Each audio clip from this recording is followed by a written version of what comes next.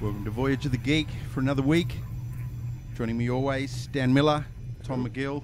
My name's Dave Scotland. Hello. And joining us to try and figure out what is this phenomenon that we're attracted to in cult cinema of the sci-fi, fantasy, fiction type genre or genres. Every couple of weeks, we come and rant spurious information at one another. We Spoiler-filled spurious information. We are the Geek Express, and we talk to anyone who's listening out there on this dark and stormy night. Yeah, that's right. And it reminds me of just We should remember have what a old sandwich Jack like- Burton used to say. Yeah. Which is a clue for the film that we're going to have a look at tonight. Now, we're going to try to work our way through this and get past a sense of deja vu, because we did this show once before, maybe about a year ago, I'd say, and completely audioless show. It was pantomime. It was all us? mimed. Was it us three, or was there somebody? Was I like think a Rick Rick or was with Tony? us. Rick. I got a feeling Rick was with us, Rick Legato, and so he's missed out on the remix. The Redux. So show 2.0. So we'll throw it up as I throw some graphics up, gentlemen. Who wants to lead off? What was your audience experience on your most recent viewing of this film? Well, what was the original? You know, when did you see it or hear about it for the first time? Right back at you. Right back at you.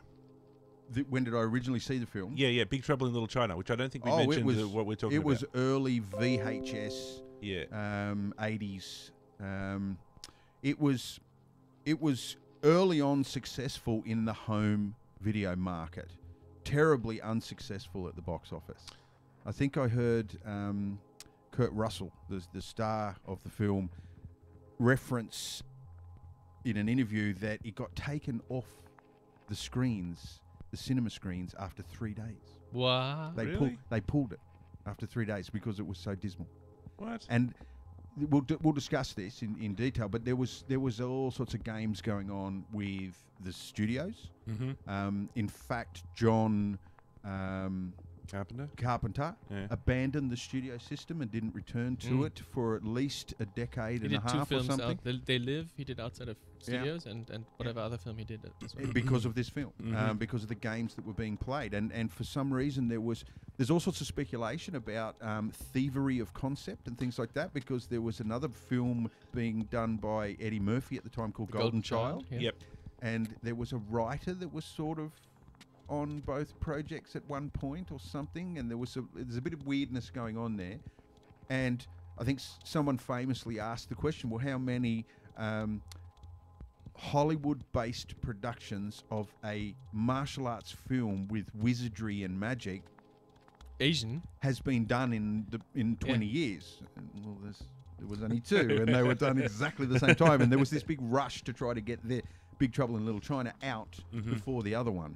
And as a result, it suffered greatly for lack of marketing and a whole bunch of other stuff.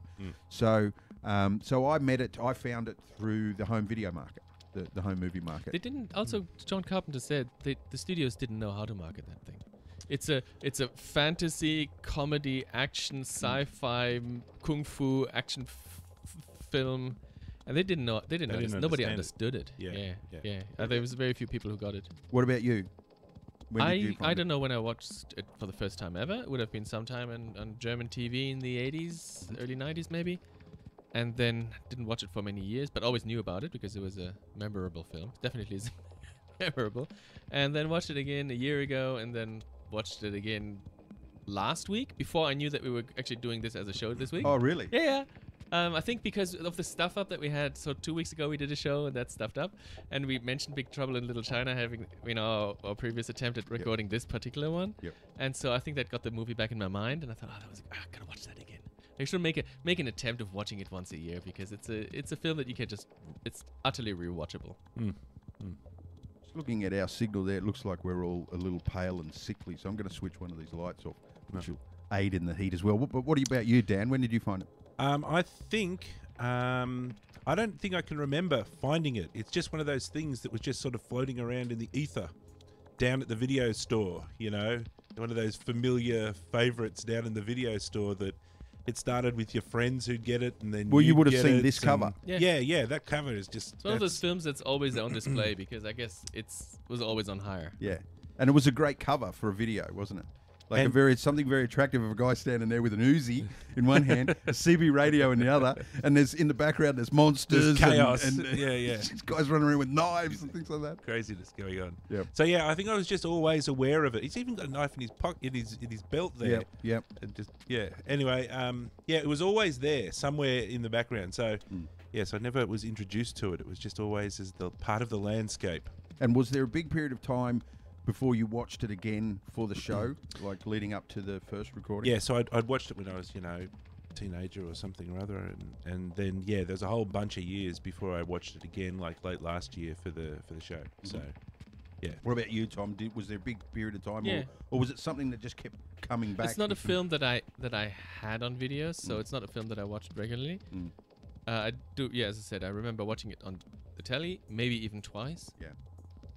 But I didn't really get into I got heavily into collecting VHS in the 90s once we had Sky satellite dish. So we got the British TV channels over in Germany, and suddenly I had access to Movie Channel and films in English in the original, and that's when I started working on my collection of taped recordings.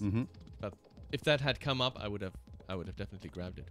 So it scores pretty well on IMDb.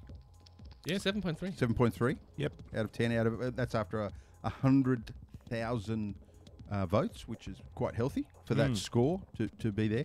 1986 production, directed by John Carpenter, who also directed The Thing, Escape from New York, The VoG. And famously, the most recent show that we screwed up and went to air without audio, which since then we've got a checklist similar to the Concorde being fired up, but it was Dark Star. Yeah. Which he considers his first film. He's done short films beforehand, and then Dark Star was what he considers his first feature film, and this Big Trouble in Little China was his 11th. Right, yeah, and this kind of culminates after some of those big ones like The Thing and, Escape from New York. And is the fourth collaboration between the director and the main actor. Kurt Russell. And one of those collaborations was an Elvis. There's a TV movie? Yeah. Elvis about made for Elvis. telly movie. I've never seen it. No, never seen that. Apparently, Kurt Russell does a good Elvis impersonation. Kurt Russell asked John Carpenter, why did they pick you to direct? And John said, that's because they knew what was the movie he made before? Dark Star or something, some other movie he made before that, and he'd written the music because he often writes the music for his films. He's a musician. His dad was a professor of music, and he wrote the music for the film beforehand. And in fact, on IMDb, he has more musical credits than he has director credits. Yeah, he wrote the music in this one. He wrote the music for the final song. Yep. No, I think he actually wrote he scored the soundtrack. I imagine he did because it's Halloween. all. As Halloween. Halloween was his big breakthrough. Oh, really? Halloween was the one that really got him noticed. Yeah.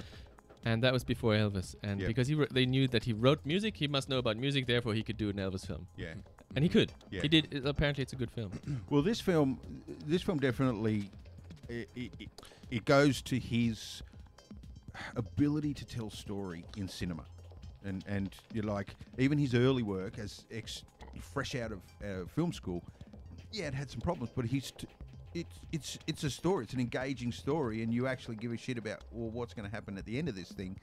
just dial out. And there's directors out there today making tentpole $100 million films that just want to fill the frame. They're not so worried about the actual story. It's got a lot of flavour in the story, I reckon. Preparing for the show, I watched the original movie review show, John Ebert and Ebert, Siskel and Ebert, yeah. And they tore it to pieces. They absolutely both hated it to shreds. And one of them says, "Oh, I don't care about any of those characters."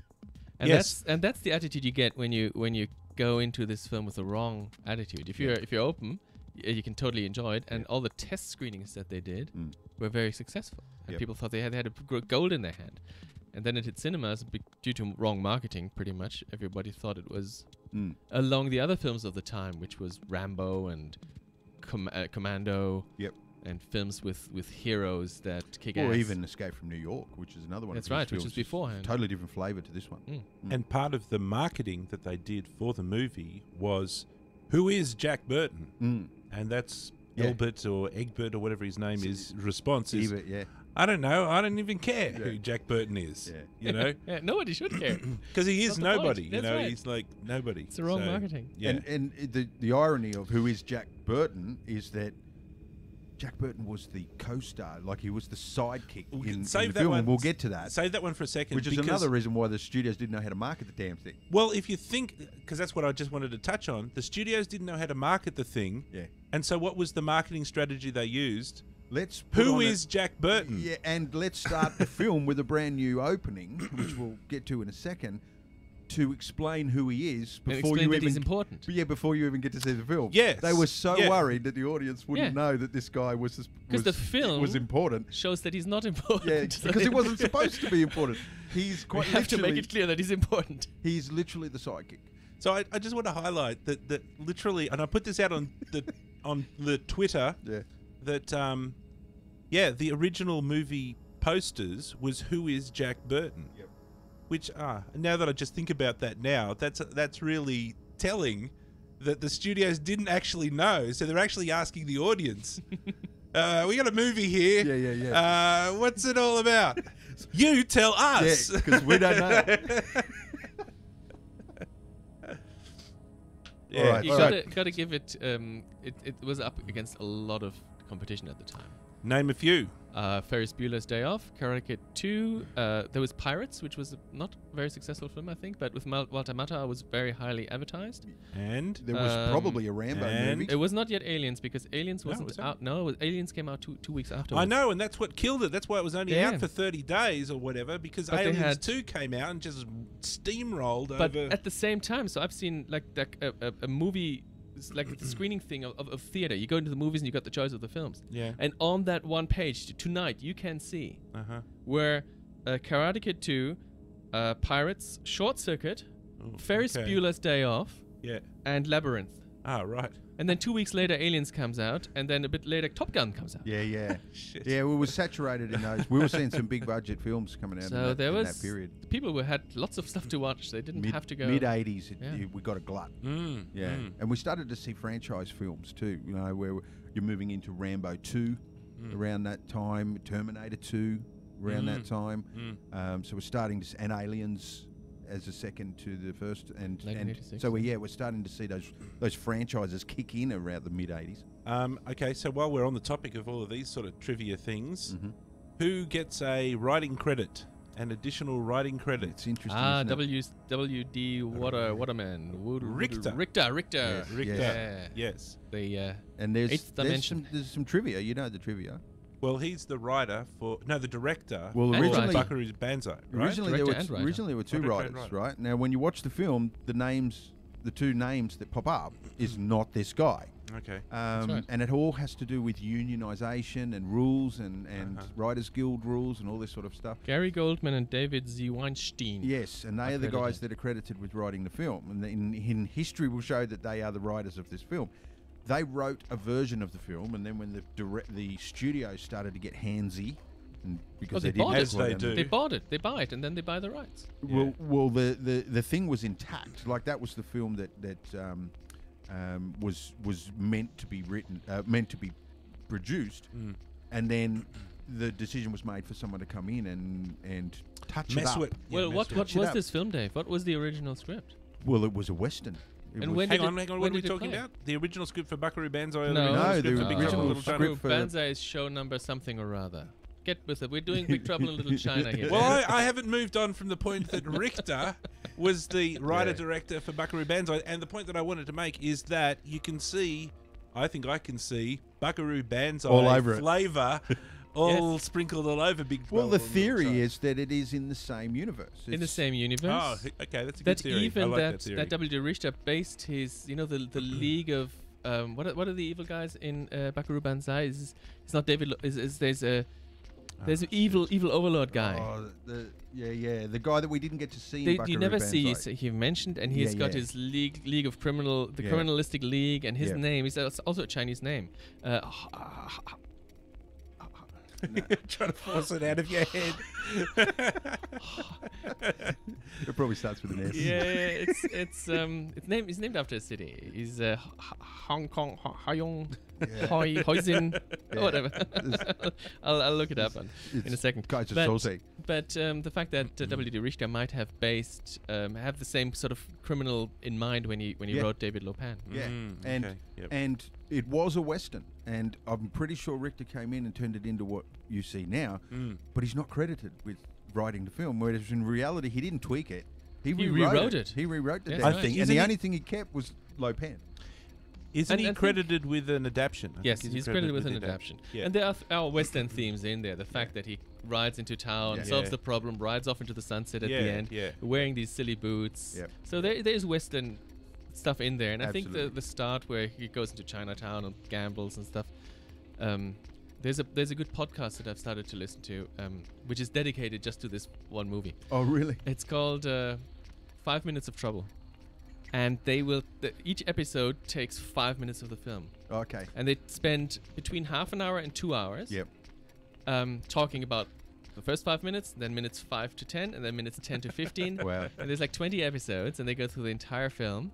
And so there's a good 15 hours of two guys talking about Big Trouble in Little China. That's Why And- can't we think of things like that? We'd never struggle for what show we're going to do next week, sort of thing. But then again, it would get tired. You'd have to really There are love the film. podcasts wouldn't you? that there's a 1 minute of Star Wars podcast. And just so you do 1 minute They at do a time. 1 minute at a time. That reminds me of, remember the fan film? They did a fan film, and you could pitch a reshoot of each scene, and some were Yeah, some 15 seconds. Yeah, Yeah. Yes, that's right. No, it was each scene. I swear it was each scene, like each shot.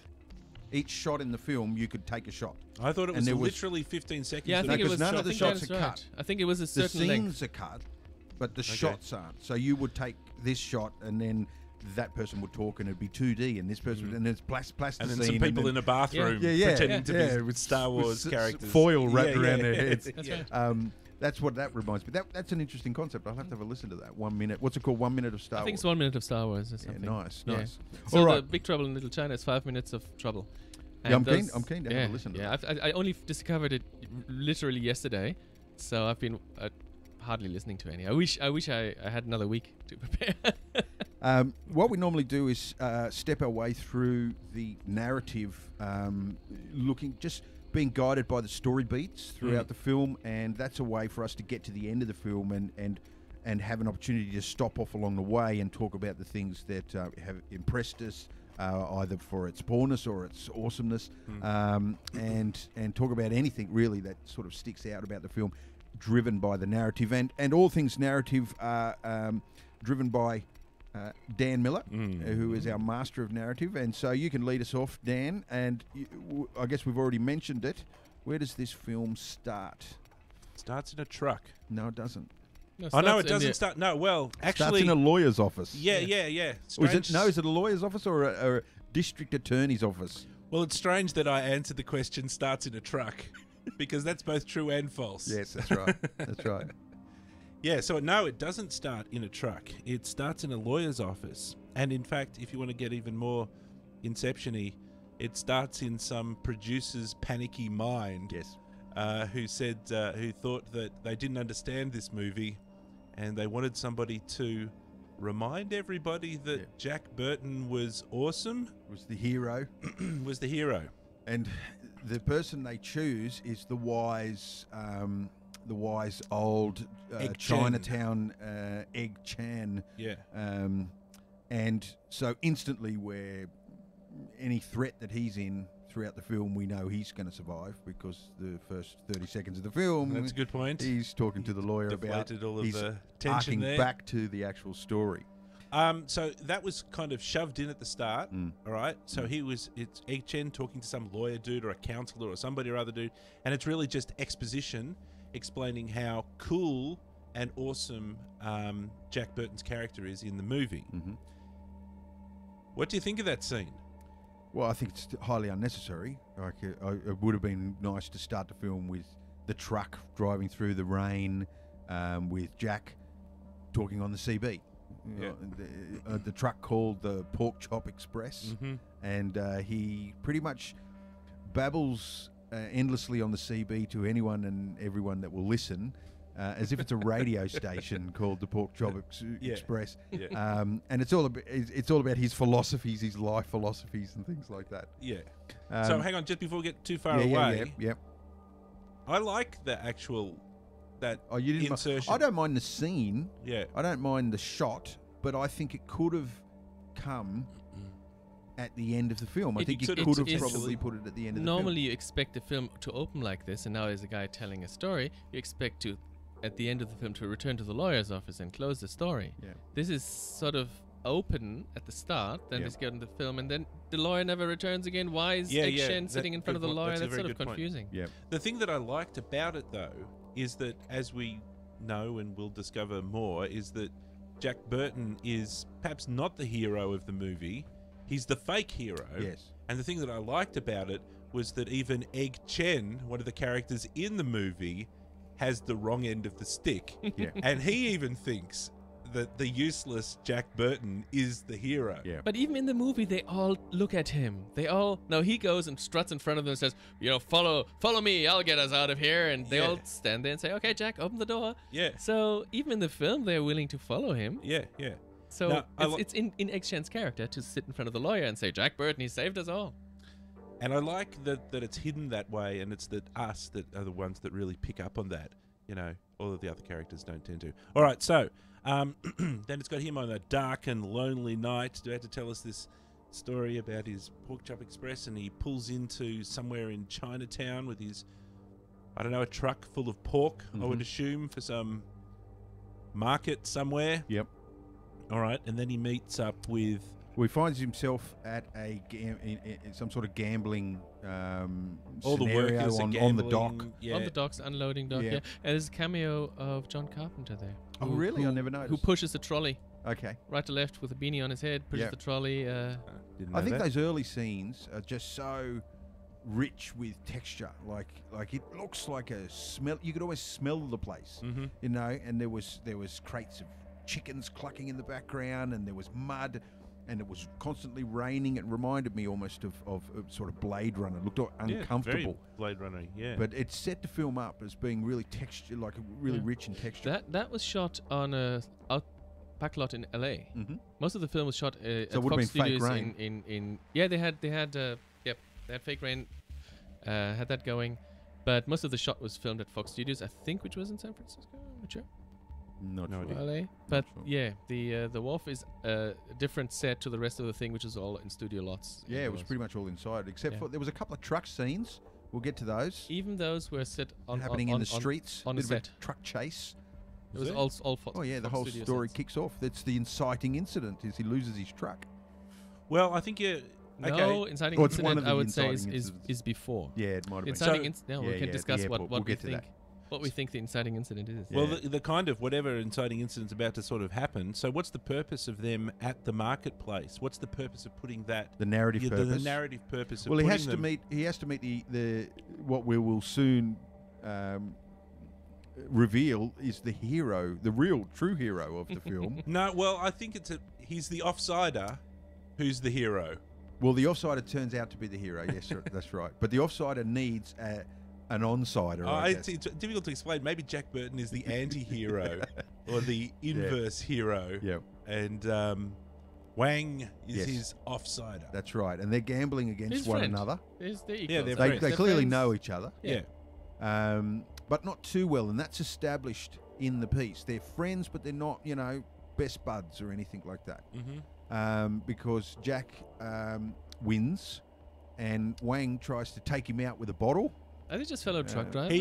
He tries a double or nothing No, crazy bet to Yeah. get rid of his debt. Yeah. Double or Wang, nothing. Wang has the restaurant. He works for the restaurant, so I Yeah. guess he takes delivery of the He's- stuff, whatever. yeah. that That's what the Pork Chop Express is for. Yeah, He's that's probably right. at the market he getting- brings the goods to Wang. Yeah. Yeah.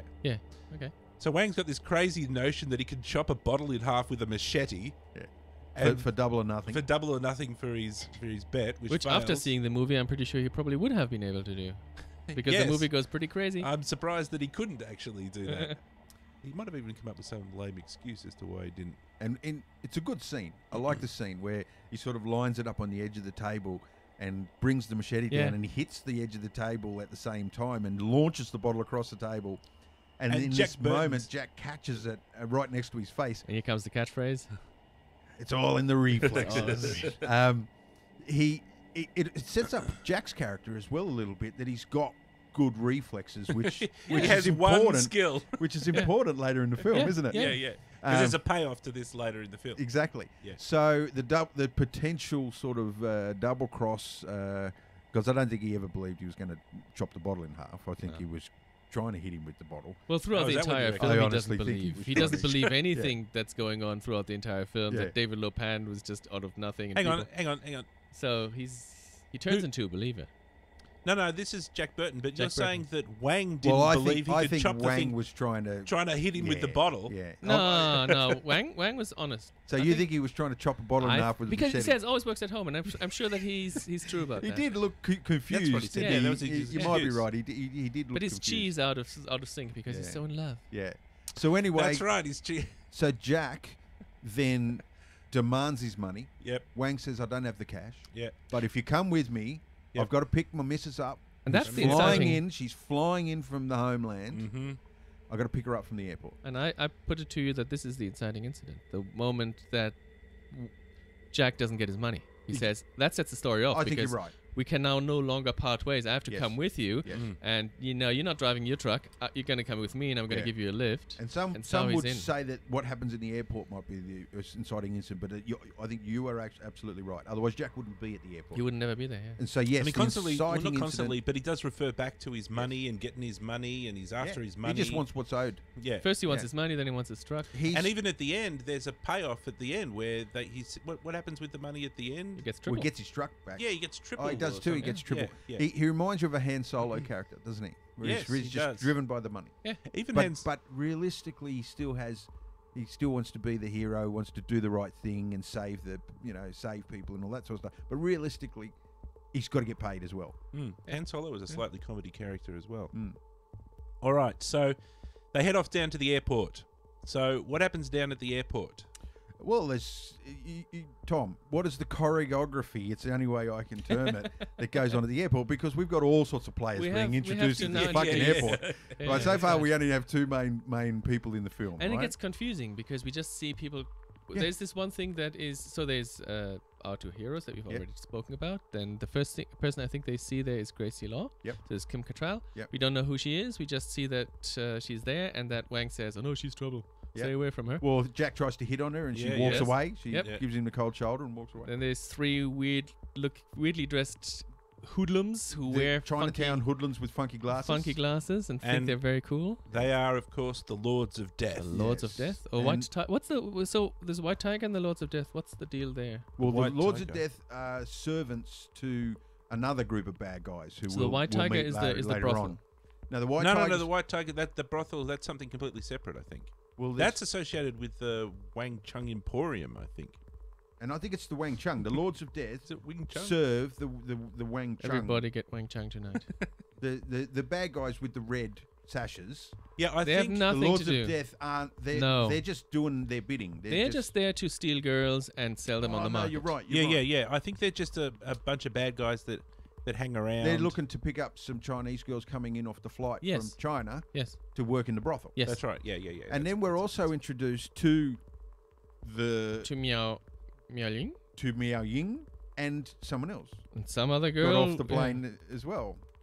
What? Not Margot. There was No, there Chinese was girl two that- Chinese girls that got off the plane, and Oh, one that's of right. them, That's right. Control That's is right. there That's for- right. one of them was supposed to get stolen, but wasn't. Tara. Yes. Tara, Yeah. I think. Yeah. Yeah. So Kim Cattrall, and you never learn that in the film, but in the deleted scenes on the DVD, you learn there's some good things that they cut out of the film, Mhm. especially exposition. Not that this film is short on exposition scenes, Yeah. but Kim Cattrall explains that the girls coming to San Francisco, it's either the brothel for prostitution for them, Yep. or if she doesn't take them in, they end up on the streets. All right. So, sh- who that's are her our job. players? We're at She's the a airport. social. So Gracie is after. And She's what a is she? social work. She's a social worker.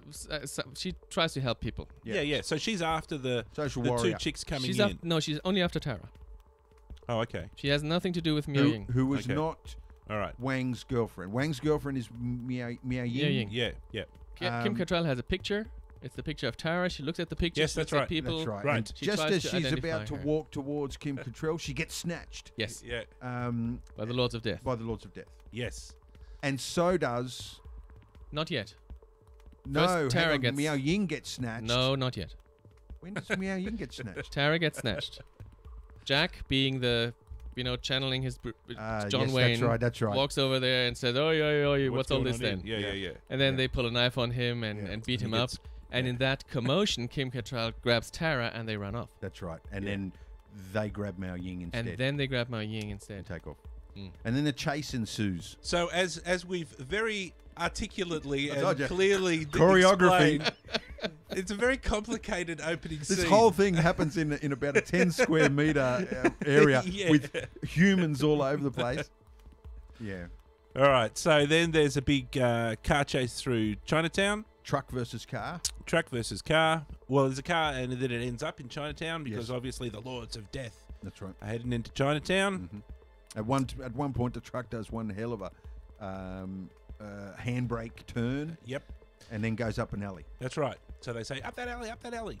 And this is where I've got the note here, crossing the first threshold. Mm-hmm. So this is where they start to enter the The underworld. Mm. Yes. And up until that point, it had been a pretty normal-looking location.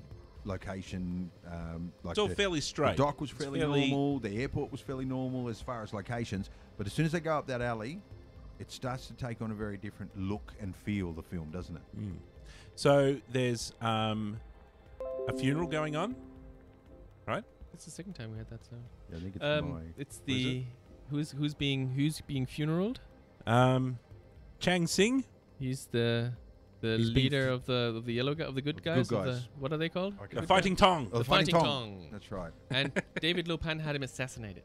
Okay. Ah, I didn't pick up that. No, because Okay. it's another one of the things in the deleted scenes that they didn't keep in the movie, but I think it's important. David Yeah. Lopan had him assassinated. The Fighting Tong weren't playing along. Mm-hmm. And he said anyone who tries to bury him will be put to death.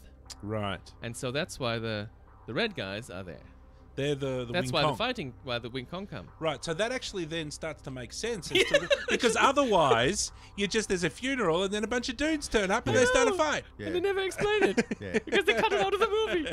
Actually, yeah, the guys with the red sashes So the turn Wing up. Kong. Turn up like the trucks has to stop because it's up a tight alley and there's a funeral Yeah, procession coming straight towards them. Not a lot of room. And then Jack notices in his rear vision mirror there's a whole bunch of black pajama guys with With red red- sashes Yes, and walking weapons. towards the white pajama guys with yellow sashes. Yeah. And there's the black pajama guys all twirling big knives and swords and Yeah. Uzis. Yeah.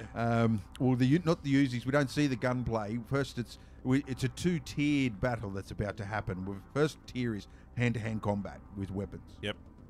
And that's what throws down. Meanwhile, all the residents in the alley are closing up their windows and locking, and Jack's starting to freak out because his truck's in He's the got a middle of it little all. wee little knife in his hand. Yes, he's He pulls out his trying to knife. find his. His potato peeler. Yeah. And so battle ensues. And, Yes. and so who? But Jack who is not involved. No, Jack's still in the cab of the truck. He's just sitting in the cab watching, and Wang Panicking. tells him to Yeah. not make a sound. So who is winning the battle initially? I think the Wing Kong. The good guys. The good guys. Yeah. Winning initially. And then what happens? Things change Mm. because They reach the boss level, Yes. or the mini boss level. Yep. And we are then greeted by 3 new characters Yes. in the film. The 3 storms. The 3 Storms, which are awesome characters. Yes. One of them is so awesome that it inspired a character that went on to be a famous game character. Who was that? The Well, which game Lightning. character? I forget his name, but in Mortal Kombat. Oh, in Mortal Kombat. Yeah. The actual developer okay. actually has been interviewed and said that character is inspired by that Yeah, character in the yeah. film. So the 3 Storms. What are the 3 Storms? We got Lightning, They're 3 awesome ninja dudes Yep. with gigantic hats, huge hats. and one of them is thunder, and one of them is rain, and one of them is lightning. Lightning. Forces of nature. The forces of nature. Yep. And they all sort of come out of the sky and they walk in unison. And somebody tries to shoot guns at them, And the bullets just bounce off. and the bullets, have no effect. And then all together they pull out knives and And at that point, the film already goes weird. Yes. When you see that knife throw, people go, this is a weird film. yeah, because they all do it in unison, like this with choreographed. the most knife amazing throw. body poses. And then they do a somersault in the air and land and throw the knives. Yes. Yes, and then the knives go into the gun shooters' stomachs. And they That's all right. fall over dead. That's right. And then the battle goes into phase 2, which is gunplay. Yes. And the good guys are getting wiped out. Yes, the storms are kicking ass, and that's when I think our heroes decide And to get Here's the fuck out of another, here. another Lego. little nod at the original Western screenplay, because there's one guy in the red guys, the black guys with the red sashes, Mm-hmm. who has these bullet belts, Across. and he's got 2 holsters with Yeah, 2 that's guns, right. and he stands broad-legged there like a got cowboy who's ready Very to... famous guy in 6 shooters. 80s and 90s cinema. He's on a T-shirt. It's one. Remember the scene in Die Hard where the cops are about to try to come in the front door and the bad guys are down in the foyer and one of them is behind a counter and he's looking out the window and then he looks down and sees all the candy Yeah, that's under right. the counter and he looks around and then he pulls out a candy bar. Yep. That's the guy and Yeah. he's got the No, that's Al Leon.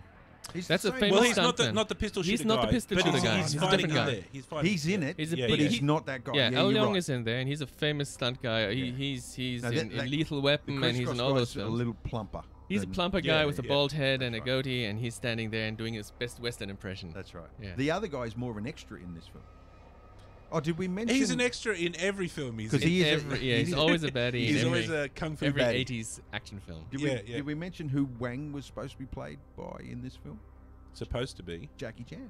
Yes, and Jackie Chan turned it down. That's such a shame. But also, Wayne the, was pretty good, but the studios He would've didn't been want to. The studio, like John Carpenter wanted Kurt Russell, and the studio bosses didn't want that either. They wanted either Jack Nicholson or Clint Eastwood. Clint Eastwood. Mm.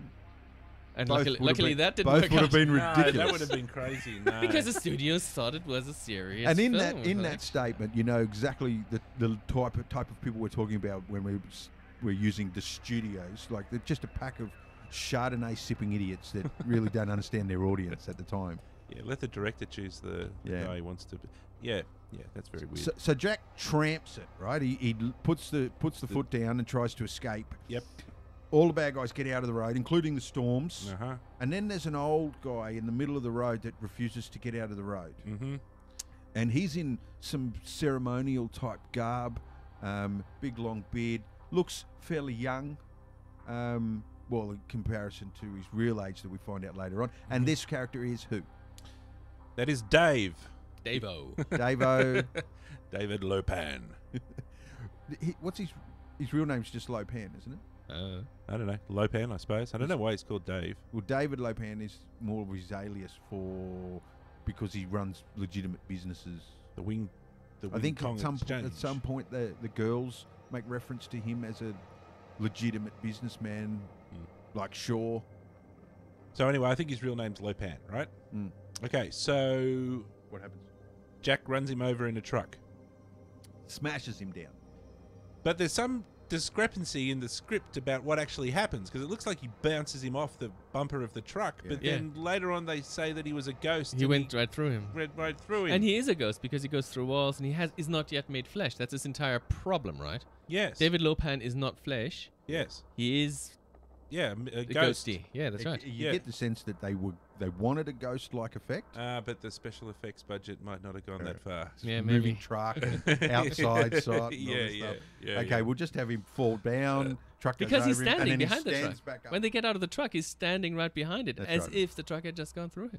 Yeah. Okay, so then what does he do? What does old Lopan do? He goes old David Lopan style on them. He goes David Lopan style, and what is the end result? Well, light comes out of his eyes and his mouth, and Yes. he starts to He does his chant. thing. It does his magic. spook thing. And Wang tells Jack not to look at it, Uh-huh. and so he looks at it, and then now blind has to get led away down another Has to alley. have He gets puddle water blinded by the sprinkled into his some eyes. dirty puddle water will fix this. Splash, splash. Oh, I can see Yeah, that. that's better. That's better. And while they're escaping on foot, they run into the guys that stole the chick.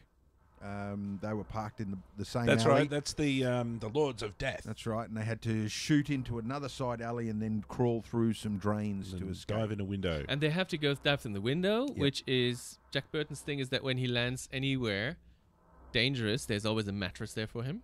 Okay. When he lands in the window, there is a mattress right there underneath the window. And when he crawls underneath through the subway, he finally takes off his jacket. So, his what has he got? A little white jumper that he's got wearing, so he can finally reveal his awesome singlet and muscles. Yeah. And he does that several times in the film. That when there's an opportunity to take off his shirt, he will. Yep. And when there's an opportunity to land somewhere hard, there's always a mattress. All right. So the next one is I've got here is exposition for lunch Yes. at the Dragon of the Black Pool. Exposition for lunch at the Dragon of the Black Pool. So they go So into that's the restaurant. Yeah? So I assume it's Yes, Wang's that's, the restaurant. that's It's Wang's Wang's, uncle's right? restaurant. Right. Okay. So they're hanging out the back of there, Mhm. and they've all got away, and they're all panting, but they're only like 15 meters away from the bloody battle that's just going on outside. But anyway, And Jack's pissed. He's Jack's lost pissed. his That's truck. right. That's right. And He he's on hasn't the got phone. his money. He's on the phone to get Yeah. his And insurance. he lost his for the- jacket, so That's he's right. wearing a kimono. Yeah, that's right. Yeah, yeah. That's And then it gets... humiliating. Jack is one of the cool fun parts of the movie that he's always. And Yeah. as cinema choreography goes, it's almost as confusing as the airport scene because Yes. we're introduced to a whole array of new Yes, characters. we get again. 15 more characters.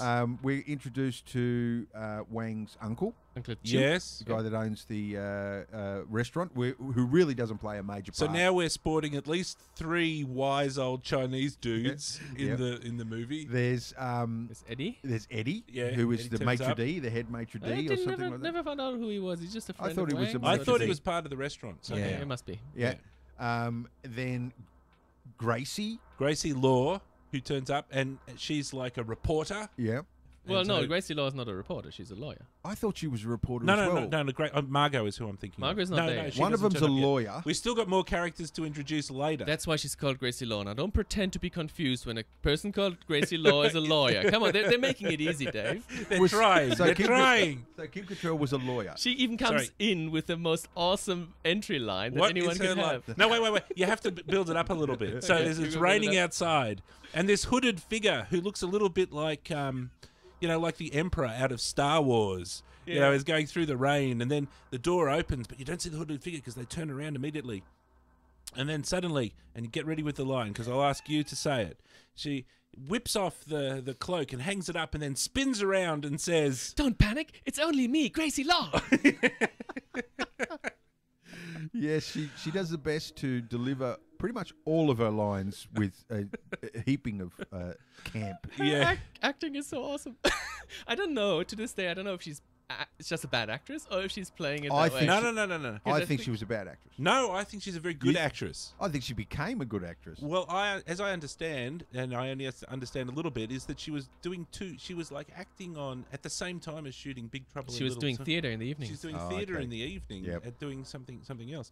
So I think she's actually pretty good. It's just sometimes I think writers just they come up with a line and Yeah. then it's up to the actor to try and make it cool somehow. Yeah. So as a story beat, it's like Gracie Law just happens to be outside and turns up and walks in for some reason. Yep. She works in Chinatown because she looks after the Chinese people there. So she's a friend, I guess. She walked in without knocking. She just walked Yeah, in and that's said, right. "Hello, it's me, Gracie Yeah, Law." she must. Yeah, it's And a she restaurant. introduced herself Yeah. with her full name. Yet back at the airport, what did Wang Well, they know say each to other. her? They totally know each other. The only Yeah. one who doesn't know her is Jack. Yeah, Well, back at the airport, he said, "Don't talk to her. She's trouble." Yeah. that's right. So Wang knew her. Yeah, he knows her. Yeah. Right? She must just keep doing this. She just Yeah, keeps yeah. coming over and just like hanging out at the back of their restaurant. And He's a she's like, social Yeah. justice warrior. Asking if any Chinese girls might be on their way that she Yeah. can pick up. "Yeah, have you seen any Chinese girls?" "No, Gracie, we haven't." Because who's the redhead curly woman? Curly, That's Margot. That's the Margot. next- She- next character. she's in the restaurant as well. No. No. We don't I see was, her I yet. was confused on that as well. No. So she comes therefore, later. Gracie, who grabbed the girl at the airport, Tara, has obviously taken Tara to To her office? she stashed her back at her place. with Yes. Margot. Maybe. Possibly. We don't know. We don't know. Later on, So what does we'll- Margot do? What's her? Later on, we're at her office, and Margot's then a there's reporter. Margot. She's a reporter, I knew there was a reporter. in it. yeah, yeah. Okay, cool. but not yet. And And so, now they talk a lot about Chinatown and David Lopan. Yeah. The exposition. And all Jack cares about Happens. is getting his truck back and getting his money. And the whole time all of this happens, he's on the phone to the insurance company There's three things trying going to on. explain the situation. There's three conversations happening at the same time. Yeah. He's talking to the insurance company. Mm. At the same time, Uncle Chu is explaining to him how China is here That's and right. these ghosts and everything is real. And then Gracie comes in and explains her part of the story. Yep. So everything sort of happens intertwined and at the same time. And what do they suggest to do? Is so they have to go they have down to go and see Egg. Oh, she knows where the Dragons of Death Oh, have their that's right. hideout. That's right. She knows where they took Miao To the Ling. brothel. Yes. Yes. So and it's called the White Tiger. Yep, that's right. Ah, that's Okay. the White Tiger. So my story beat is Raiders of the White Tiger. Cool. So they have to go down there and bust her out of the brothel. Miao Ying. Yeah, is the plan. This actress, who's very pretty, I learned today, was Penthouse Pet of January 1981. The one that plays Miao Miao Ying, Ying, who's yes. not Asian, I believe. No, she is. I thought she wasn't. I thought they made her look as Hollywood used to do. No, she looks very, very Asian when she's spreading it all at the beach. The Asian beach. Yes. All right, so they head down to the White Tiger, and they're going to come up with a plan. In fact, in this movie, they come up with all sorts of crazy plans. Yep. And what's the plan? They're going Just to walk in. Yeah. pretty Yes, much. part of it is just walk in, but they're going to use a disguise. He's a businessman in town. Jack is going to dress up. Yeah. As- well, dressing up usually means just glasses. Yes, So and they put him in combing glasses. his hair in a different Yeah, way. yeah. Yes. And he's supposed to be a nerdy businessman-ish that has a thing for green-eyed girls. Yes. So he's actually dressing up, I think, as Rudy Rosso from another film that he made called Used Cars, which wasn't very successful. They And used he's wearing that character, that costume that he was wearing in that other They film. used that character from that film to do the digi double work for Guardians of the Galaxy 2. Interesting. You know how they had to make him look young? Yeah. They used that. Like, I think it was Lola. I got a feeling Lola did the work. And what they do is they take a younger version of the person From and- other films. yeah, and project that somehow into the compositing Mhm. space. Mhm. We don't really know exactly how they do what they do. Mm-hmm. There's not many people that know what Lola do. They did Skinny Steve in Captain America, the first Yeah. Oh, okay. Captain America. All right. Their age, Oh, yeah. their Okay. aging work is second to none. But yeah, they used that same character. I've played with some fantastic new Node in Nuke, which is my compositing tool of choice, which is motion vector tracking. I just played with that last week, and the idea there is that you just take a still frame of somebody, and you can paste that on many sequences of frame of somebody else. So I took a colleague's head, photographed him, I filmed another colleague at work doing movements, and then pasted this guy's head on the other. Pasted Craig's head on Jake's body. Mhm. It looks freaky because I have to play a bit more with the right angles, but the tracking is pretty spot on. So you could take somebody's new, younger photo from an old film, if you have a high enough resolution image, Yep. and paste that on and use your smart vector tracking to get it onto an, you could remove Superman's moustache that way, I'd guess. Was that a there's a new software that that the world is going a bit crazy for, and they're using it for. Oh, for porn. They're using it for porn, basically. Yeah. That you can take take famous people's faces and very stick them similar. onto actors Yes. in live porn, and it's almost turnkey. Like it's literally you just go, "There's the image. There's a thing." That's just an app. face, The bang. app does that for you. Yeah. I did it manually in Nuke, but there is an app that you can just download and put people on. It's Well, someone did remarkably- Superman's moustache removal by taking Superman from the first film and using that cheap, shitty software, and did a better job at taking the mustache off than the. I don't know how the visual effects team fucked that up as much as they did. But did Have you you ever learn that seen it? the vector stuff from the new webinar?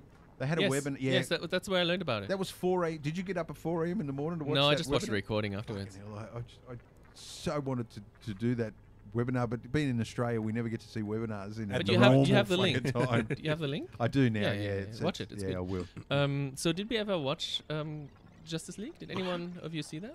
I've seen it. I have yet to see it. I've I yet to wouldn't see mind it too. seeing the director's cut. Apparently, it's got Moustaches I back. think they're releasing it with some stuff. Okay. Somebody should do a moustache version where they put it back in. Oh, they've done trailers where every we single should- person in Oh, the have entire they? film has wearing a got- moustache. Yeah. The Wonder Woman internet. was rocking a Always stash. one step ahead. The internet. Love it.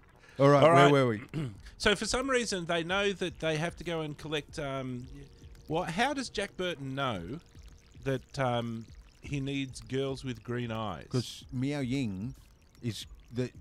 There's a line I think that's said by Wang earlier that she would be worth a fortune because she's got green eyes. Very rare. Oh, I think, okay, I think that's it's right, very that's right, rare that's or right, something like that. Yeah, so Jack Burton comes in and says, "I want one with green eyes. Do you have that?" That's right, yeah. I hear they're around. They exist.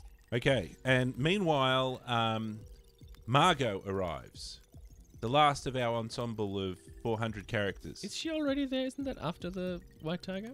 No, it's at the White Tiger while they're inside doing all of she that meets stuff. with her. She meets She with said- Margot in the car. Yeah. That's right. Gracie Law has some crazy line like, "Hang on a minute, is that Margot? I see over there. Hang on, I'll just go over and see."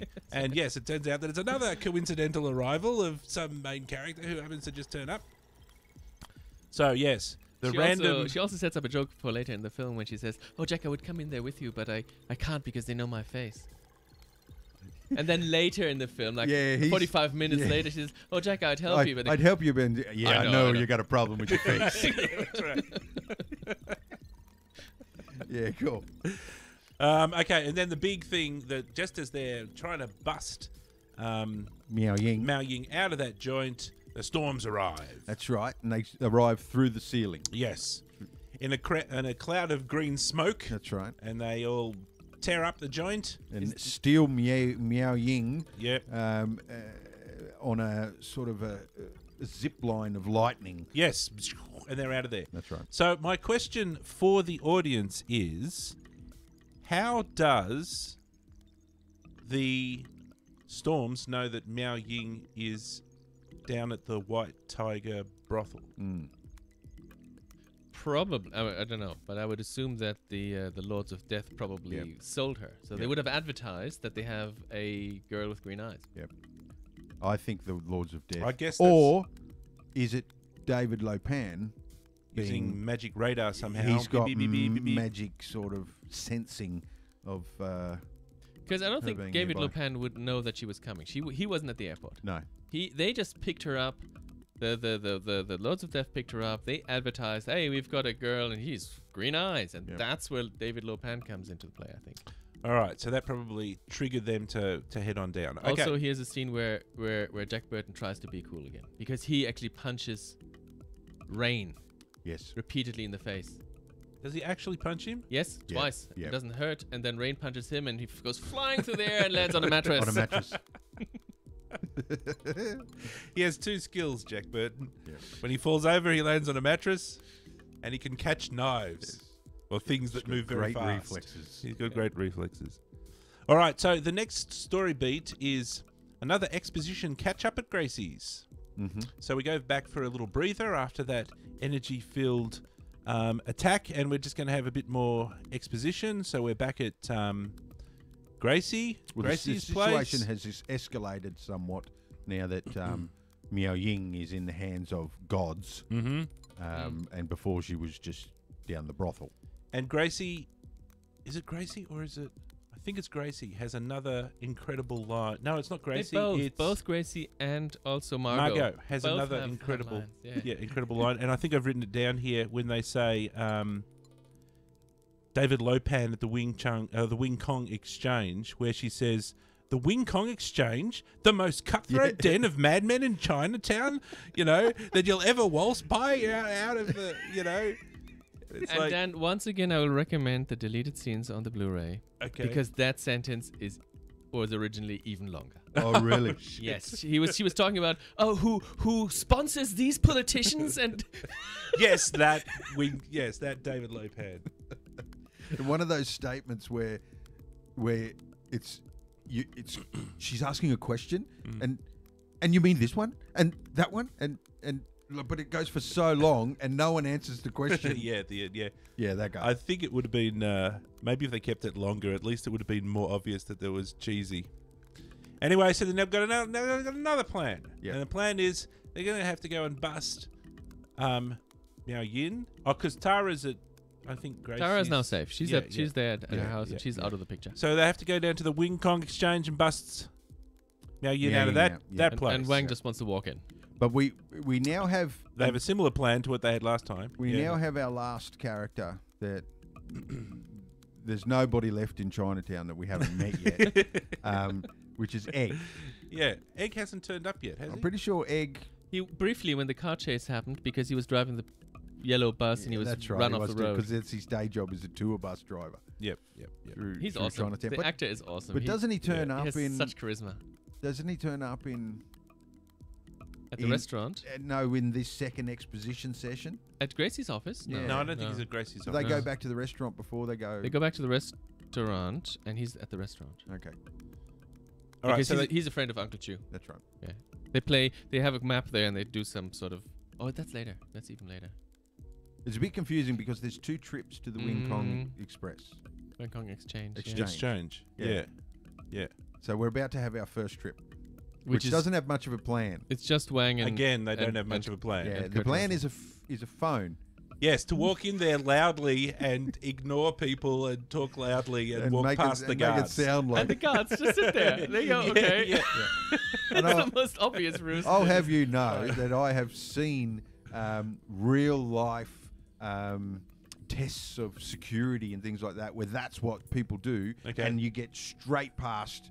Like it's amazing where you can walk into if you've got a high-vis shirt on and some kind of phone or bag of tools or something like that. No one asks you any questions. I rocked up at the National Gallery last Monday because we were doing a school graduation thing. And I walked into the front door and said, "Hey, I'm with the AIE." And the lady at the front door said, "Oh, no, you can't go up. You have to go through around and the back entrance." And I thought, no, we always go up to the front, up the escalator. But I went, fine. So I went out the back entrance and I said, "Hey, they sent me through. I'm supposed to come in through here." And the guy said, "Okay, put your name in here." I put my name in. He put his name in as the person who is responsible for me. And I got a special printout to go through into the unrestricted areas of National Gallery. Yeah. Just by rocking up and saying, I'm told I'm the guy who's supposed to be here. Terry said. And they took you through the restricted back area straight out into the open front area where the public will hang out. And now you're standing opposite the same person that sent you at the back. Only now you've got a pass. So I never found out where that pass might have gotten me. Yeah. Maybe that's how they should have. Yeah, that's how they should have done it. Rather than just walking past, you just go through all of the mechanisms to get the pass, and then you've actually got the run of the joint, and you can actually go around. So the plan works, and they get past the guards. Yep. One wonders whether they knew all along what was going on and knew that they had a small army back there anyway. So I think David Lopan probably knew it was a trap, and he told them.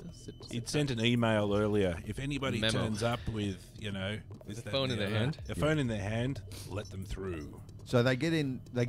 Because and then they get trapped. They get caught in a trap, don't they? I think is it the lift? Is it the lift? The lift that goes down. Does the floor drop out of the lift and they go down into the well of 1,000 souls? Something like that. There's a death of 1,000 souls, and I think he makes The a water comment. trap thing. Yeah, Jack makes a comment at one point that that you people have a lot of deaths. A lot of hells, A yes. lot of hells. That's right. Yeah. There's a hell of 1,000 souls, which is sort of just a swimming pool with skeletons dangling in them. So they end up getting captured, Yes. and it's all a trap. There's a trap, Yeah. and of course Jack takes off his jacket at that moment because he goes, "Ooh, excellent! Now I Yeah. can take off my jacket and show my muscles again." Yeah, And then they end up getting tied to wheelchairs, that's right. and then they get wheeled ultimately up to visit Lopan. Yep. And what happens in that discussion? Well, we get a lot of exposition about why he needs the green-eyed girl, and his history. and that he's a million years old and Yep, And, cursed by the gods or something or Yeah, other. for Emperor or eternity. something, Yep. That scene is an awesome scene. That actor is an awesome actor, and his delivery of that, Yeah. Indeed. it's absolutely brilliant. There's Really, really good. another deleted scene where he just looks off to the side and they ask something about. I can't repeat it. I can't give it justice now because they ask something, and he answers, "Stupid Japanese." And they go, "What? What Japanese?" "Oh, the TV. No, he's Chinese." He talks off. He just locks off to his stupid television and goes, "Stupid Japanese," and then goes back to the conversation again. Yeah, it was a great little conversation. So how do they escape the first time? Because they Well, they wheeled. Storm shoves them up into a Into up like a a very cell. steep No, no. incline into a little puts cell. them in a cell with a blindfold. and then they Now- kind of beat up on him a bit. That steep incline, Yeah. now going back to special effects and so on, is a forced perspective where it's actually on a horizontal thing, similar to really? what Carpenter did with the elevator in Yeah. Dark Star. Yeah. And they built all the walls at a 45-degree angle. Ah, Oh, yeah. interesting. So, and Jack was just told, later on he goes backwards down the whole thing. Yeah, So yeah. he goes, depending on what direction, he's simply just asking, am I leaning forward here or am I leaning backwards? Which way am I going? And to make it look like I'm struggling against gravity. That's pretty good. Yeah. That's pretty It's good. Pretty convincing scene, actually. Pretty safe too. Yeah, Like yeah. he's not cascading down a slope. He's literally just going backwards. So yeah, they- they're they- just being, they're he's just being pulling pulled. backwards. Yeah, that's right. So they're on wheelchairs, and then they escape. They go in a little room, and then Jack just sort of rocks his wheelchair until he falls over and breaks the bloody thing. That's right. And he Yeah. manages to reach his knife, which he happens to keep in his boot, Yes. and he cuts himself free. They cut each, and then they have to act as if they're still in the wheelchair when the storm comes in. Because they have now captured. Everybody else. Because Gracie. everybody else came to visit. No. Yeah, Gracie, yeah, yeah. Eddie, Margot. Yeah. Those three clowns come for whatever reason. I don't know why they showed up there. I can't But they remember why come they in showed up. and then they get a tour of the palace by That's right. by the cigar smoking Thunder, whose cigar smokes fumes poison them in the elevator. And That's then right. they're all knocked out. Pretty And then he cheap. carries them up there and Yeah. drops Eddie Yep. in there. I don't know what they do with Margot, but they take Kim Cattrall to They've got a to meet harem, Lopan. harem of girls down in the cell. Oh, that's right. They to put both girls, Margot and Kim Cattrall, and Gracie. They both go into the cells. Yep. That's right. They get Gracie even gets tied up and gagged gagged. because she talks too much. Probably, she does. So they're all the good guys except for Egg and Uncle. What's Chu? his name? Chen. Uncle Chan. Uncle Chu. Shoot. Apart from those two, everybody else is now prisoners of the bad guys. Mm. Jack and Wang escape, Mm-hmm. They go and Eddie. and Eddie. There's the three of them. So They go and rescue the girls, they thinking, get guns. thinking that they're all down there. And they do a nice gun exchange. Don't forget about the beautiful gun exchange where Eddie gets the shotgun. That's right. Wang gets the pistol. No, Wang gets the cool gun, Yeah. and Jack is left with the pistol, and then they do a little A grab and swap. Three Stooges grab and swap until Jack has the cool gun, Yeah. Which is an which he Uzi. doesn't know how to release the safety. Yeah, of. yeah, yeah. It's not an Uzi, but it's. I don't swear know. it was an Uzi. Isn't it the same Uzi that's on the? Oh, it's not an Uzi though. a It's a machine different. gun-y It's a thing. different submachine gun. So they go down to the cells to rescue the girls, Yes. Yes. and one of the girls is missing, or two of the girls is. I swear. No, they're both there. No, they are both there. Well, I like actually when they get down there because then they have to fight the the ninja chicks Yes, who are down there. That's right. because girls get guarded by other girls. Yes, because that only makes sense. Yes. But I did like how the fight was serious. There's no Yeah. holds barred. They like punch the chicks in the face and punch them in the stomach and That's push right. them off balconies That's and right. all sorts of things. Yeah. So I was like, No holds barred. Yeah, that's And cool. they free not just those our two heroes, but all the All other of them. girls Yeah. that were the slave laborers, essentially, of the Wing Kong exchange. So now there's a gaggle of escapees running Through the place? through the place, heading for the exit. And so they're all bailing out the front door Yes. as fast as they can. Following Jack, Yep. who takes the lead, because Yep. that is his want. Yep. yeah. Yep. And Gracie sees the eyes of a statue No, moving. he ho, too fast. So they're following Jack, and Yeah. Jack takes the lead and says, "Okay, everybody, now stay here. Follow me. We're gonna out the door." And he sneaks up to the door, opens it up. And there's 400. an army of There's a whole army of it. He closes it again, and then the girls run off, and then it's a fight. Then comes a fight scene during that's which right. Jack is utterly useless Yes. because he tries to grab his knife out of his boot and rips it out and Flings it flings He it has to away. run off screen. Runs off screen. In the meantime, Wong kicks everyone ninja style. When Jack comes back, everyone's lying on the ground. Everyone's lying on the ground. There's a deleted scene, which I'm glad was deleted because there is a big guy, huge yeti of a guy, who punches Wang, KOs Wang. Oh, really? And then Jack comes in and sees the big guy and takes care of him, Okay. punches him. No, And Jack is the hero. And they cut that out, which is good. which is good. Yeah, Which is yeah, very yeah. good because Yeah. he's not supposed to be doing anything useful. Yeah, that wasn't. That's not as good as what they had. No, and I that's right. liked that scene a lot because that was where you really started to understand that that old Wang actually knows what he's doing. Yeah. He's like this. He's because you thought he was just a restaurant owner or some dude, but he's actually like this awesome martial arts super ninja hero dude. Yeah. And so yeah, that's when it starts to twig that. Hang on a minute. Yep. What's going on here? So he might have been able to chop the bottle in half. Yes, that's what I'm saying. You know, when he says it works at home, Yeah. you know, it's probably does work at home. The gun is a Tech 9. I just looked it up. Tech 9, yes. Tech 9. Yep. Yep. All right, so they're all bundled out. They're leaving the place. They're running out of the thing. Mm-hmm. And Gracie Law's last, and Gracie sees a door open, and she like decides to stick her head in the door for some reason. That's right. Don't Well, she panic, sees- it's me, Gracie Law. Well, she sees the eyes on the statue moving. She sees the eyes, but then the door opens and she's just poking her Shoves head her in the face and in the there. arm. I mean, the monster must have been right in front of her. Yeah. Yeah. Idiot. so yeah, Idiot. So how do they end up with Miao Ying again?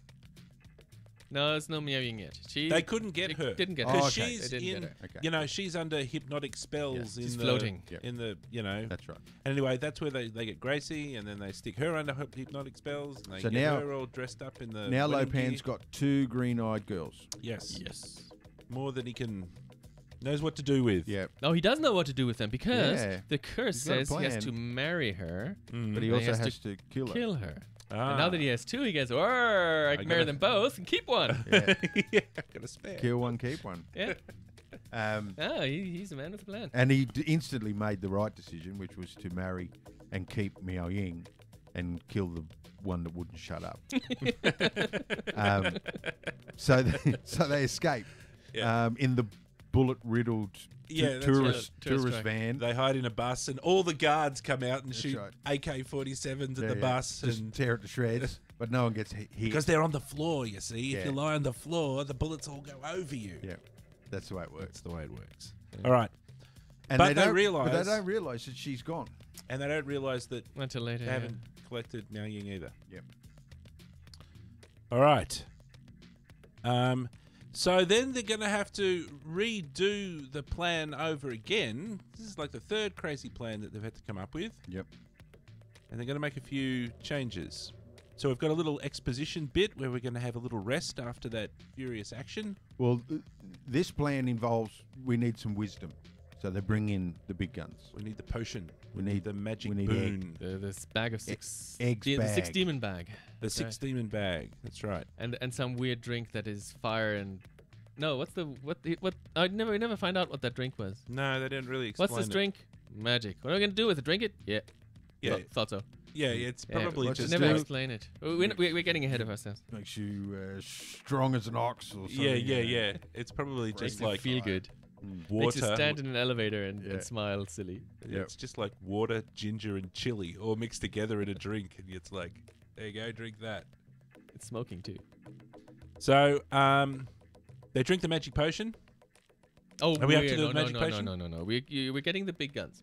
You were saying Big guns. Yeah, well, Egg Chen comes in with a little cohort of little helpers, Yeah, he's got some red shirts with him. and then they go off into the rain in the wrong direction. Jack says, "This is the wrong direction," and Wang says, "But a real man likes the feel of nature on his face because he's not." You say they're all just running in the rain, and Jack's desperately trying to get under the umbrella.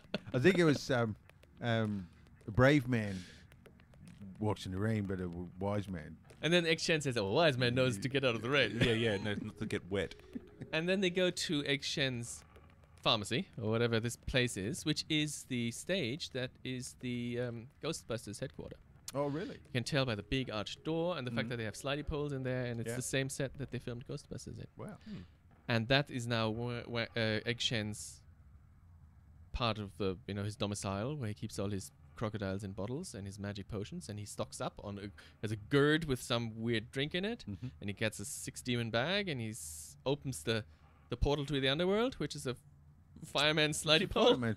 And is it that same pole? I don't know. I assume so. Maybe this is in the same universe as the Ghostbusters.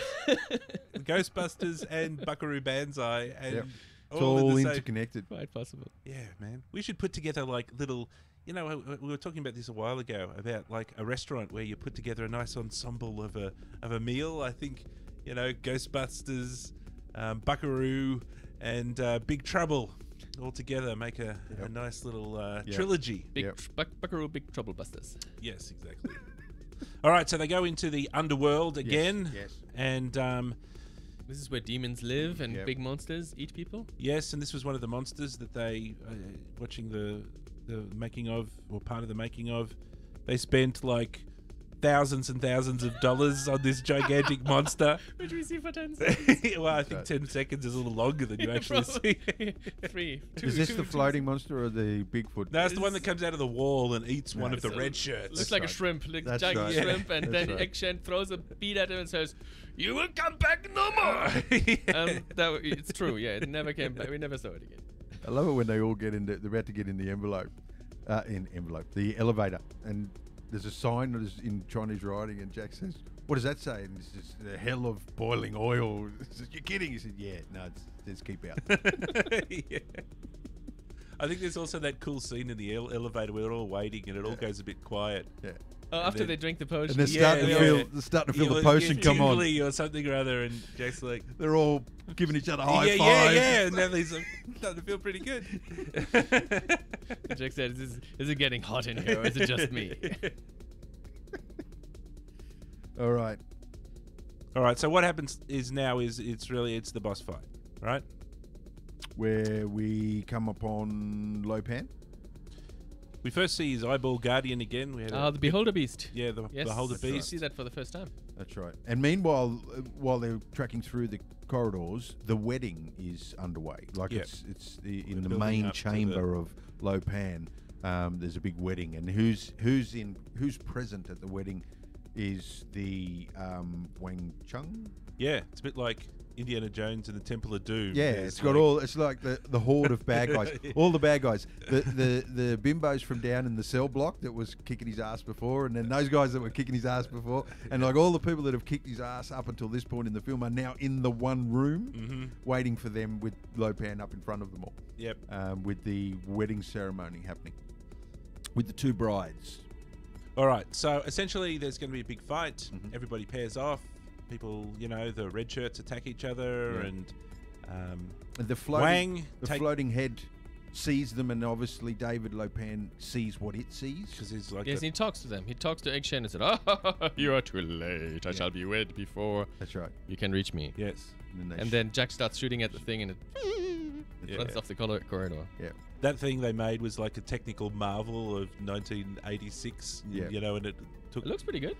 It did. Yeah, it took like 15 Anything people looks to animate good and operate. Next to the alien from Dark Star, Which is also a which ball. is also a ball. I And love it this took thing. one person to operate. Later on, when they kill it, and it just gets the knife in its head, and it goes, Oi! Yeah. That's right. So Doesn't go. they break in. They break into the wedding. Yep. they pair off, and Wang starts taking on the storms. That's right. You know, and everybody starts fighting, and Egg Chen starts pulling out his magic tricks, and he's got all these kind of magic grenades, and he's throwing them around. Yep. And meanwhile, you know, Lo Pan's trying to get married and suck the blood out of people. That's and right. it's all going crazy. And then they have this laser beam duel between Egg It's and Lo important. Pan. It's important to mention that critical to the process is that Lo Pan is successful with the blood. So now he's mortal. Oh, okay, yes. He can be killed. That was the important thing. They had to wait. They had for to that wait. to happen. Yeah. I don't think they made that clear No, enough. No, they they did. did. They did because Jack wants to storm in, and Egg Chen says, "No, you have to wait. You have to wait. You have to wait till he's mortal." Oh, true, you did say that. They, yeah. they all hang out there. But Just they had watch. they had to do it exactly after that, but before the bride gets killed. Would it be nice if there was some sort of VFX transformation that he was more ghostly beforehand and he Yeah. was less ghostly afterwards Yep. somehow? Yep. But anyway. All right. So then he does his big Lo Pan's got his big laser beam thing where he's got his, what does he do? He's got his little thumbs going That's with right. it. Have you mentioned what That's Jack right. did at the start of the fight? Oh, essentially took Knocked himself out. Knocked himself out Yeah. with his Tech 9, shot at the ceiling, Yeah. and the rock came down, hit him in the head, and he's out. And out of character, there's Yeah. no mattress for him this time. He just lands on the ground. He misses the whole fight. Special powers are failing him on multiple fronts. All right, so yeah, Egg Chen and Lo Pan are having their laser battle, and yeah, it's got this like little controller thing. He's doing. It's fucking hilarious. And they're fighting with avatars. There's these Yeah, two there's two- slow-moving avatars that have a sword fight above in a cloud of magic above their heads. So how does that end? I know I that don't even remember that. Egg kind of beats him, but you know, Lo Pan is saying stupid peasant magic. And, Yes. You know. Yes, I think they're sort of matched in that particular one. Nobody wins. Yeah. All right. What happens then?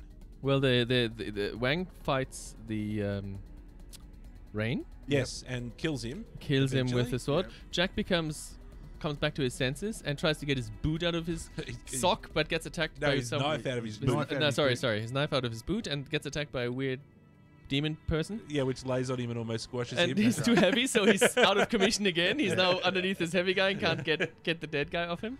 But that's pretty cool how he actually managed to do some good there. You know, the pushing his knife out of the scabbard and That's right. impales the guy. No, that's right. And then then Lo Pan makes a break for it. He goes up the escalator. Yep. He has a little escalator down there that he can Yeah, go up and down with. The escape escalator. I'll need to use this now. All right, and then He makes a break with Gracie, Yep. or with both. No, with Miao Ling. because he needs to kill one of Yeah, them. he only escapes with Miao Ling. That's right. Gracie is there with them That's right. at the end when they fight. Yep. And that's when they pick her up, and then it's Jack and Gracie together in the elevator chasing after him. Yep. Why is it only Jack and Gracie and nobody else? I think everybody else is still fighting. There's Well, still yeah, fighting yeah. else. Wang's Okay. still fighting the remaining storm. He's taken 2 out. There's at least No, 2. no, he's only taken one out. I Yep. swear there's one. No, there's lightning and thunder that are still to go. Thunder and remember, was- lightning starts blowing up the door Ah, so yes, that you yes, can't chase Lo Pan anymore. Yep. Yeah, Yeah, yeah. Who takes lightning out? Lightning that- comes later, that happens later. and Thunder comes later as well because he blows himself up. He blows himself up because he sees the other 2 dead. He says that The other It two says Lopan, storms. Yeah. Lopan dead. And and Lightning Lopan, is yeah. Lightning is still around because he does the lava fight even later. Okay. So, the climactic battle at the end is where Well,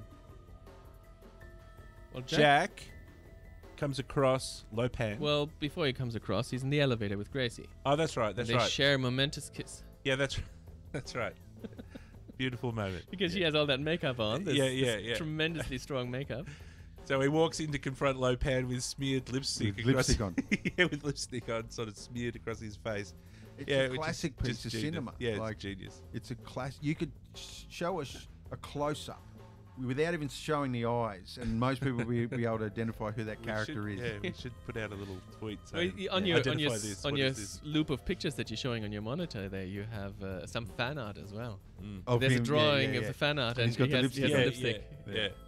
So he walks up to Lo Pan and he says, "Right, Lo Pan, you know, you're for it." I've forgotten what they say, and he says, "No, I'm not." And then he pulls out. He's finally actually able to pull out his knife, That's right. and he whirls back and he chucks it at Lo Pan, and it like misses and it, No, Lopan catches it. oh, that's right. Lopan catches it. No, misses. Misses, falls on the floor. Yeah. I Yeah. think you think he Falls on misses the it, and floor. then he picks it up. It That's bounces right. off one of Bounces the off a statues. gong. Yeah, There's a you're gong right, at the yeah, end, right. lands on And the he picks floor. it up That's and he right. says, "This is a nice knife." Yeah. Meanwhile, Gracie like looks at Jack and like, They "You both exchange. fucking idiot." Exchange. And Jack is like, Yeah. "Fuck shit." And the reason Thunder isn't there because Wang showed up in the meantime. Yep. And Thunder is chasing Wang around. That's the right. building in They're old, running old around. Roadrunner Right. style. Yeah. And so then Lopan says, "I don't know." He chucks- Goodbye. Nice Goodbye, knife. Goodbye, Jack. Mr. Burton. Yeah. Goodbye, Mr. Burton. Sick of mucking around with you. You're ended. Pegs it at him. And Jack using his only other skill, his only skill that he has, the mattress. Has he got the mattress? Yeah. And he catches it and chucks it back and stabs him in the head. It's super fast motion. Stabs him right in the forehead. Yes. And because he's mortal, Lopan goes down. he goes down in such a spectacular way because there is a domino effect. Oh yeah, all With the statues. statues. Which he goes down in that corner, That's and the right. domino effect starts in the complete opposite corner of the That's room. right. But yeah, And whatever. it's once again an awesome piece of set design destruction choreographed. So now Lopan is dead. Lopan is dead, and finally, well, I think the next thing that happens is that Thunder escapes Wang for a second, and then there's a sort of a Egg must take out the storm. No. Lightning. He's We're not feels lightning. lightning. There's no lightning yet. not yet. This is Egg's Thunder. he's making the escape route. Okay. He's building, That's right, finding there's a the hole escape, in which the is in the ceiling. route. Yeah, That's right. So But he's- here we have Thunder, and Thunder sees Lopan dead and gets the shit. very, very angry. That's Yeah. right. In As the way only he can. yes, and he self-destructs. He just he blows, blows up. up. Which is a really cool scene, where he inflates. Mm-hmm. And then the first stage is all the clothes, all the buttons pop off the clothes and everything in his arm, his hands and his feet. And his shoes explode. Yeah, that's right. His feet and get then bigger. ultimately explodes into chunks, and you get that chunk splat sound effect that happens with the chunks landing back on the concrete. And they all escape up the rope. That's right. So he comes back with the most pathetic rope escape crossbow thing that you've ever seen, and they all climb up that. They see him up there and they say, "How'd you get up there?" Oh yes, that's right. Jesus. Not easy. Yeah. The scriptwriter has no idea. I love it. Well, it wasn't easy.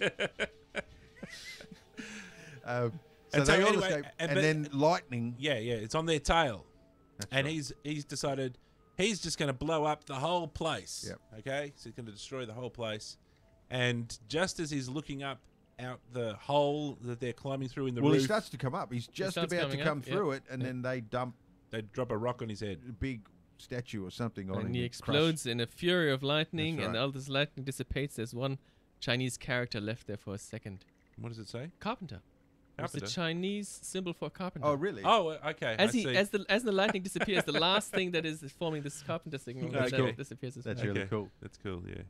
So it ends up blowing a sizable chunk out of Chinatown, doesn't it? Like, isn't that what the lawyer says right at the very start of the film? The that green? I thought that was the white tiger, the brothel, It- because that roof explodes with that green. I thought There's the they orange. took out a pretty big chunk of Chinatown. I thought that's what the lawyer says to Egg right at the start of the film. Is It that might be. would you mind explaining why? Yeah, I thought he was talking about the brothel thing because he was talking about green flame, and at the brothel we had that green flame over this. Over I the don't know roof. whether there was green flame at the brothel. Yes, there was. No, there No, was no, lightning. no, there was. There Was there? Yeah, Yeah. yeah. When they go up through When the they roof. make the hole, initially they tear off the ceiling of the brothel, Yep, yep. and then they come down with the lightning, sliding down the lightning. All right, so we're now reached the end, Yeah. and we like to ensure that there's a conclusion because we judge things on whether there is a conclusion and an end. That's right. So there is definitely an end, and they don't all just jump up in the air and go hooray, and then freeze frame, and then roll credits. they share a kiss. Jack has to stop at the red lights. That's right. They kiss. There's that awkward moment with Margot that tells him to kiss her. Who's kiss? No, this is Wang and Miao Ying, first of all. And as they escape, there's Wang and Miao Ying. They share a kiss. There's 5 people in the front of the trucks, That's right. and so Jack and Kim Cattrall are too far apart. They can't do that at the point in time. Then comes a scene that we never saw because it was deleted, which is wrapping up the Kings of Death, the Lords of Death. Ah, okay. Because what they then see is that red car. The red car that they chased. That's driving past. And that's sort of parking at the wharf. So at the end of the wharf, it just sort of sits there and parks. And those three stooges sit inside smoking cigarettes and being cool.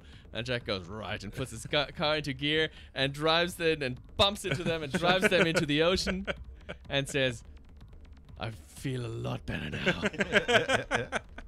And then they go back to the restaurant. Yeah, I like that scene. And we have the awkward scene where Margot says, Are you going to kiss her? Yeah. Well, this is so he says, I could. Does he say I could stick around or you could come with me or something? No, he says. No, even Gracie's. She puts it on him. She puts it on him. Says, "So you're going to stick around?" And Gracie's. Yeah. Just when you think he's going to say yeah, he goes, "Nah." Yeah. And I think his famous line, which I think is a T-shirt that I should have in my wardrobe. Everyone. I rub everybody up. I rub everyone up the wrong way eventually. yeah. It wouldn't work out. I need that T-shirt. Yeah. So yeah, I love that moment where it's so non-Hollywood. Yeah. Where he goes, no. No, I'm not going to kiss her. Bye. See you around, Jack. And he gets in his she truck. Keeps her cool. That's right. He goes to his truck and doesn't he talk to Shane? No, he just gets... Shane comes and says, I'm he's off to wander the world and I'm right. going to have some holiday now. Yeah. Oh, aren't you going back to China? No, China is in me. Yeah. Wherever I go, China is with me. And so we have him resolved. Yep. And then, and Jack's back to the highway, so he gets in his truck. And Margot and what's his Eddie? face, Eddie Wong, kind of they decide, we'll hook up as well. That's so right. they go and hook up. Margot and okay, Eddie. cool, whatever. And then we're back with Jack talking on the Pork Chop Express on the CB radio once again, driving down the highway. When the rain hammers down and the thunder thunders and the wind pillars blows. of heaven shake under the... Yes. Just remember what old Jack Burton always says. Yes. What does he say? Yeah, bring it on or something. Yeah, I the can check's take it. in the mail. And then the very last shot of the film is a shot of the back of the truck, because there's no rig on the truck. It's just the, or there's no trailer. It's just the front of the truck, and we see where the trailer normally gets hitched up. We see the furry hand of the Sasquatch type monster thing from Lopan's place. And the head comes up, and then it bursts out. That's right. And then credits roll. Credits roll. That's Pete. He gets the name later on. Oh, does he get a name? Yeah. He's a guardian demon, and so he is the guardian of his master. He follows his master. Jack kills Lopan, and so Jack now he's becomes the the new master. That's pretty So cool. the monster follows him, That's pretty cool. but not to kill him. He's there to protect Look him. after him.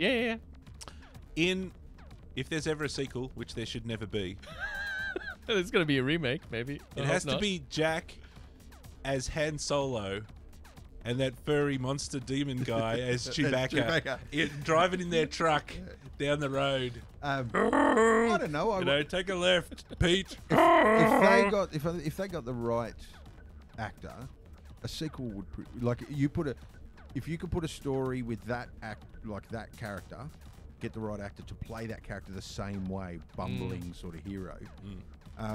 I'd watch a film in that world, like that Buckaroo Banzai sort of slightly sci-fi fantasy type Mostly world. Crazy. Yeah, I'd watch a film set in that world today. I reckon it'd look pretty cool. Yeah, maybe. I don't like the idea of The Rock playing. No. I don't like the idea of a remake of that film with The Rock as Jack Burton. I don't think you can make that work. How do you make The Rock a bumbling? How do you make The Rock get knocked out in the middle of the fight? I don't think Maybe that's maybe not going to happen. The producers finally wanting to make the movie that they want. That Where they he's the always wanted to. hero. Yeah, of course, it's going to be a flop. You might be right. Yeah, they cannot remake that. So that's They it. shouldn't. That's Round Trip. I put it in the classic. I think it's. I'll put my vote forward in our buy, borrow, burn. Yeah. I would buy this film, and I'm going to buy, on your recommendation, the Blu-ray with all of these deleted Yeah, scenes. as I said, the deleted scenes and the commentary that John Carpenter and Kurt Russell just talk throughout the film. It's awesome. I saw an interview with Kurt Russell. It could have even been on the Graham Norton show, and Graham Norton asked him a question and said, like, what's it like being tied to so many culturally significant pieces of cinema that people seem to have a profound attachment to? And he says, yeah, I was very fortunate that I was able to act in some films that were really flops at the box office, but then became classics. And he said the one that really stands out for me is, in that vein, is Big Trouble in Little China. And that's when he said 3 days at the cinema, and they pulled it off the screens. They pulled it from the cinema, which sort of goes a long way to explaining why the box office wasn't that big on it. I'm not sure what the well, we already explained it. Had some What the stiff intake was, competition. And bad advertising. Yeah. I'm not sure whether. Oh no, we do have some figures. 11 million is what they made. Yeah, 11 million domestic. Spent 20. 11 million domestic. Budget is, God knows what the budget is. Estimated 25 million. Yeah, 25. Yeah, and you can see it. You can see it. That is a $25 million film. The visual effects and special effects only had $2 million budget, but the guy that did them Eglund. came straight over from Lucas. Like Eglund he was at done a lot of ILM stuff, yeah. and came over and did some pretty. And when you look at it, No, hang on. That was the set designer. Set design was Eglund.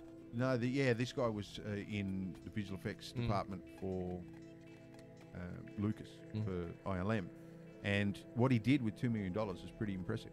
All of those ghost-like effects, the floating head, the Monsters. exploding.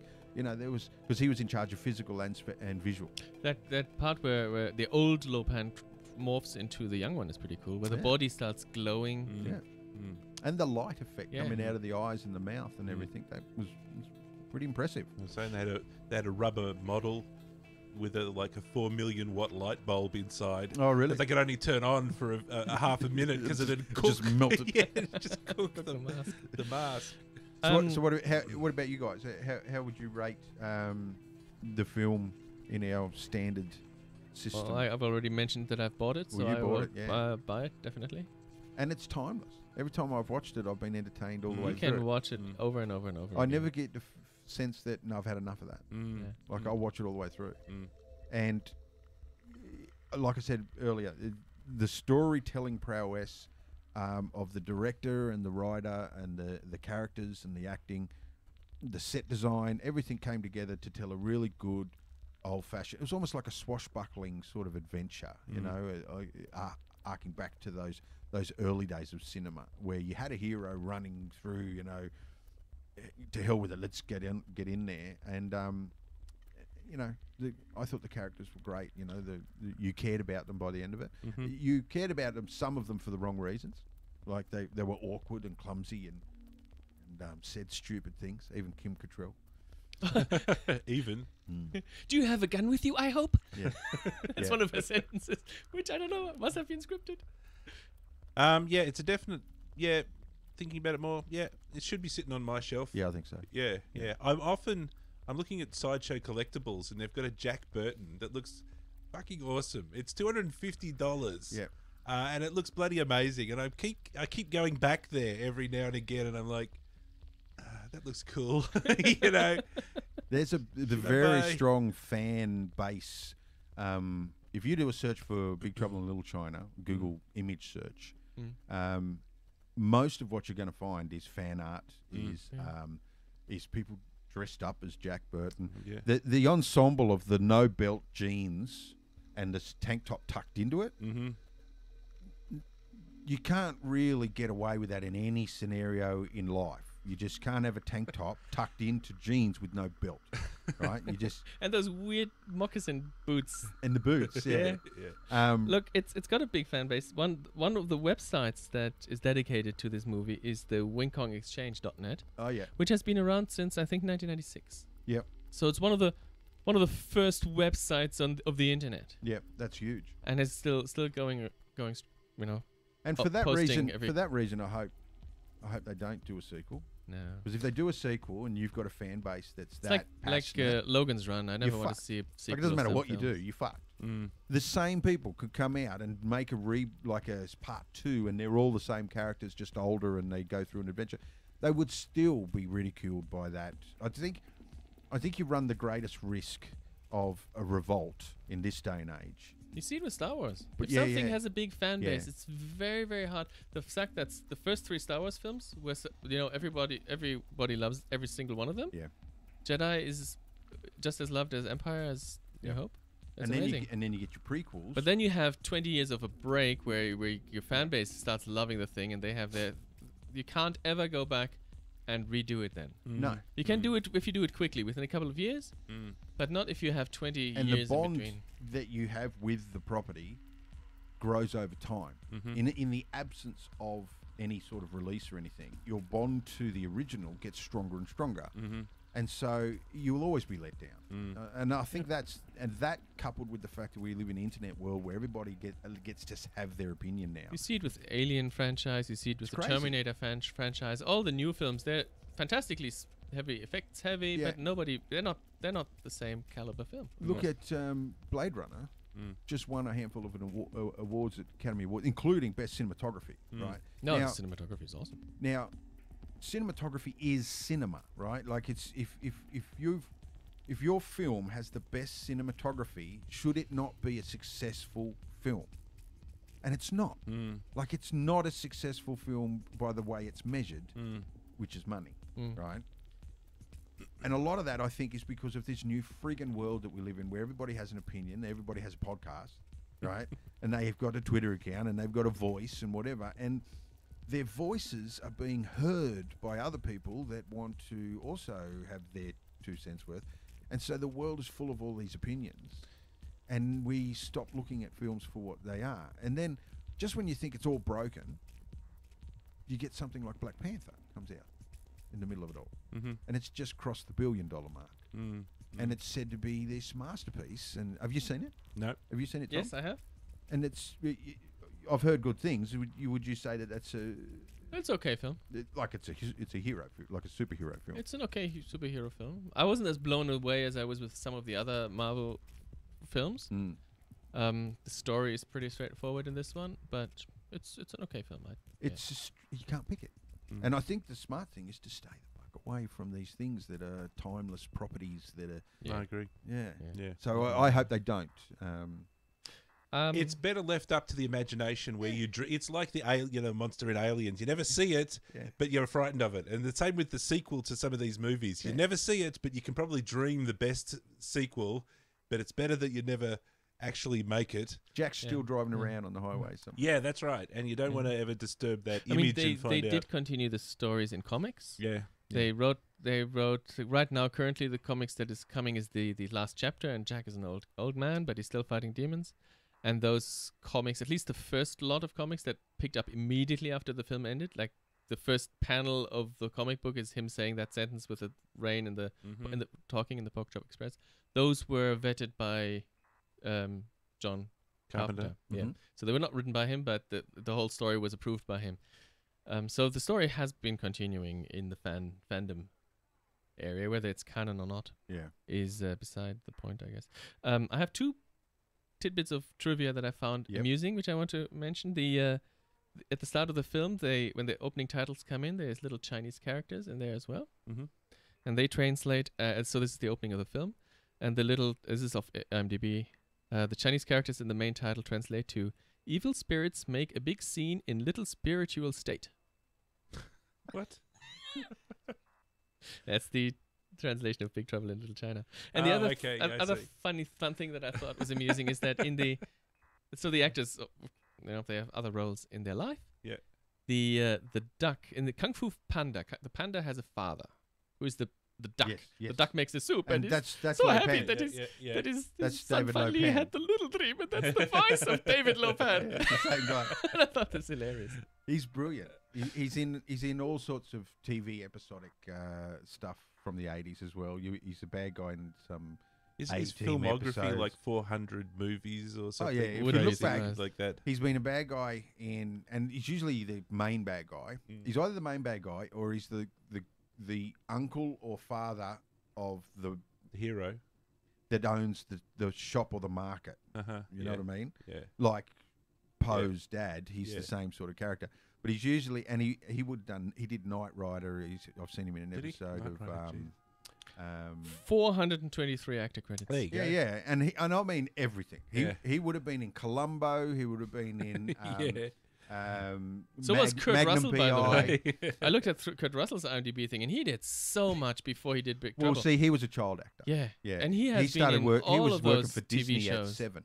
Mm. I think he was. I didn't know that. Yeah, I think he was in Witch Mountain or something. You know that the Disney Escape from Escape Witch from Mountain Witch or whatever it's Mountain or called, whatever. yeah. But he was a child actor for Disney and, Yeah, right. and for various, like Jodie Foster. They may have even been in the same film together as two young kids.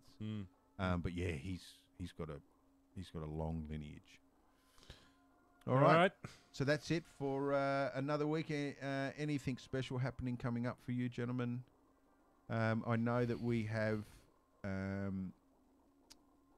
Black Panther that we want to have a look at. Try to have a look at that over the next. We probably won't do a show about it, but I would like to do something along the lines of our Van Allenbelt fire type. 1950s. Sort of. Yeah. I've got a list. We have a list on the Google Docs. Awesome. It's quite extensive. So what we'll do is dive into the list. we'll pick something out All and right. we'll pose to the community a couple of questions leading into our next show, and we'll try to cover some of those questions. Yeah. Anything else about our social space? Our social space. Check us out on Twitter. Yep. We're on Twitter, Voyage of the Geek. We're on Facebook, and we're on YouTube. Facebook is Voyage of the Geek. And YouTube is Voyage of the Geek. Yep. All very easy Usually to all find. one word. The podcast you can get from Stitcher. Yep. And from iTunes. Yep. And there's no podcast. Twitch anymore. We tried that last time. Twitch, we're streaming to Twitch as we speak. I just don't think Yes. either of us are looking at it. Nope. We're It's not. just worth mentioning, maybe. But yes, we're blasting out everywhere at the moment. So give us a thumbs up or give us a comment. Tell us what you thought. Tell us who Jack Burton is. And Well, tell us whether you would like to see a reboot with The Rock. 'Cause there's some controversy there. I'd like to see what most people think about that.